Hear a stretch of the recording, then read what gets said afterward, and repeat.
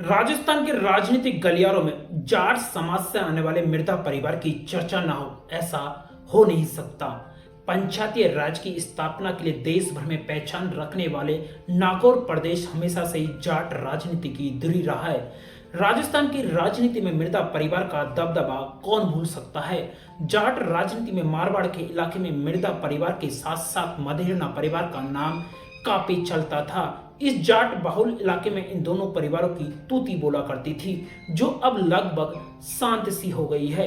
नाथूराम मिर्जा और रामनिवास मिर्जा का नाम कांग्रेस की राज्य सरकार हो या केंद्र की सरकार, दोनों में जमकर चलता था।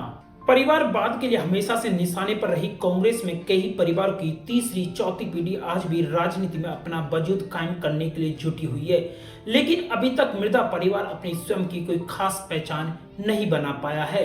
नमस्कार दोस्तों, मैं निरंजन कुमार, आप देख रहे हो एनके न्यूज 25 यूट्यूब चैनल। आज इस एपिसोड में मैं आपसे बात करने वाला हूँ मिर्जा परिवार के राजनीतिक सफर के बारे में। दोस्तों, वीडियो थोड़ा बड़ा हो सकता है, लेकिन आप जानना चाहते हैं मिर्जा परिवार के राजनीतिक सफर के बारे में तो आप ये वीडियो एक बार पूरा जरूर देखना। अब चलते हैं मुद्दे पर। मिर्जा परिवार के कुछ लोगों ने अपनी विरासत बचा ली, तो कुछ लोग इसके लिए अभी भी संघर्ष कर रहे हैं। मिर्जा परिवार आजादी से पहले मारवाड़ के नेतृत्व करने वाला एक बड़ा परिवार था। बलदेवराम मिर्जा जोधपुर दरबार में पुलिस में डीआईजी पद पर थे। रिटायर्ड होने पर किसानों के हित की रक्षा के लिए उन्होंने 1946 में मारवाड़ किसान सभा बनाई, लेकिन कुछ ही दिनों बाद किसान सभा का कांग्रेस में विलय हो गया। पूरा परिवार कांग्रेस से जुड़ गया। इसके बाद शुरू हुई मिर्जा परिवार की सक्रिय राजनीति। बलदेवराम मिर्जा ने आजादी के बाद पहला चुनाव 1952 में डेगाना विधानसभा से लड़ा, लेकिन वो चुनाव हार गए। उनकी विरासत संभालने के लिए उनके बेटे रामनिवास मिर्जा और दूर के रिश्ते के भतीजे नाथूराम मिर्जा तैयार हो चुके थे। रामनिवास मिर्जा ने एमए, एलएलबी और विदेश में पढ़ाई की थी, तो नाथूराम मिर्जा ने एमए और एलएलबी लखनऊ से की। उस वक्त उच्च शिक्षा लेने वाला ये परिवार प्रदेश की राजनीति में बुलंदियां छूने को बेताब था। तब शायद बलदेवराम मिर्जा भी नहीं जानते थे कि बाद में दोनों राजनीति में एक दूसरे के दुश्मन बन जाएंगे। रामनिवास मिर्जा उस वक्त विदेश में थे, तो बलदेवराम मिर्जा ने नाथूराम को मारवाड़ किसान सभा से जोड़ लिया।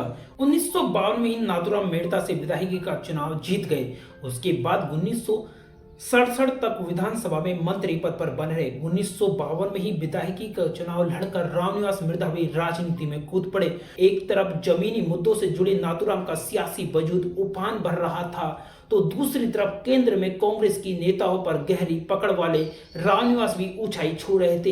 इसी दरमियान दोनों लोकसभा के रास्ते केंद्र की राजनीति में चले गए। रामनिवास मिर्जा केंद्र में कई अहम पदों पर रहे, तो नाथूराम मिर्जा भी उनसे कम नहीं रहे। मिर्जा परिवार की राजनीति में एक ऐसा अजब सहयोग भी देखने को मिला।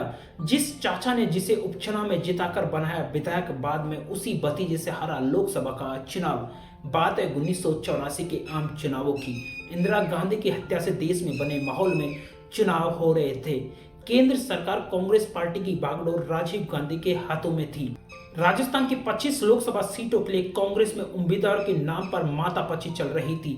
प्रदेश की महत्वपूर्ण सीट नागौर पर पार्टी को एक ताकतवर उम्मीदवार चाहिए था, जो दिग्गज जाट नेता नाथूराम मिर्जा को टक्कर दे सके। नाथूराम मिर्जा वो नेता थे जो 1977 की जनता लहर के चुनावों में भी कांग्रेस के लिए सीट निकाल कर ले गए थे, लेकिन 1980 में कांग्रेस के विभाजन में वो इंदिरा गांधी के विरोधी कांग्रेसी धड़े में चले गए और इस पार्टी के टिकट पर नागौर से सांसद भी चुने गए। नाथूराम मिर्जा 1984 के चुनावों में लोक दल से नागौर सीट पर चुनाव लड़ रहे थे।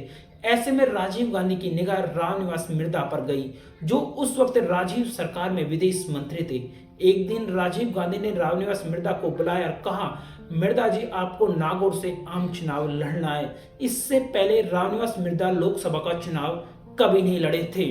वो 1967 से लगातार राज्यसभा के निर्वाचित होते रहे थे। ऐसे में पार्टी के निर्देश पर चुनाव लड़ना जरूरी हो गया, मगर सामने एक धर्म संकट भी था। नाथूराम मिर्जा रिश्ते में चाचा लगते थे, पर पार्टी का निर्देश सबसे ऊपर था। उन्होंने 48,000 से ज्यादा वोटों से नाथूराम मिर्जा को हरा दिया।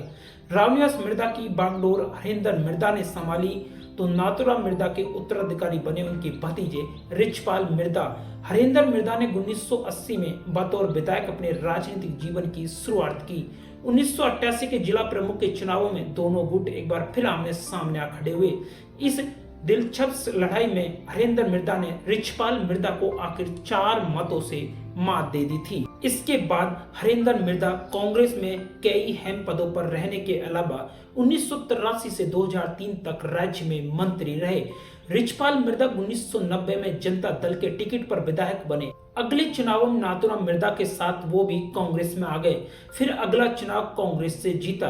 रिछपाल ने विधायकी का अपना तीसरा चुनाव निर्दलीय के रूप में जीता और फिर अगले 2 चुनावों में कांग्रेस से लड़े। 2008 के चुनाव में वो हार गए। आगे की कहानी अगले एपिसोड में बताएंगे। आखिर कैसे मिर्दा परिवार की तीसरी और चौथी पीढ़ी राजनीति में अपना कदम जमाने के लिए अभी भी संघर्ष कर रही है। बहरहाल इस वीडियो में इतना ही। यदि आपने अभी तक एनके न्यूज 25 यूट्यूब चैनल को सब्सक्राइब नहीं किया तो जल्दी से सब्सक्राइब करिए, साथ ही साथ बेल आइकन प्रेस करिए जिससे आपको हर अपडेट सबसे पहले प्राप्त हो सके। वीडियो को अंत तक देखने के लिए आपका बहुत बहुत धन्यवाद। जय हिंद, जय भारत।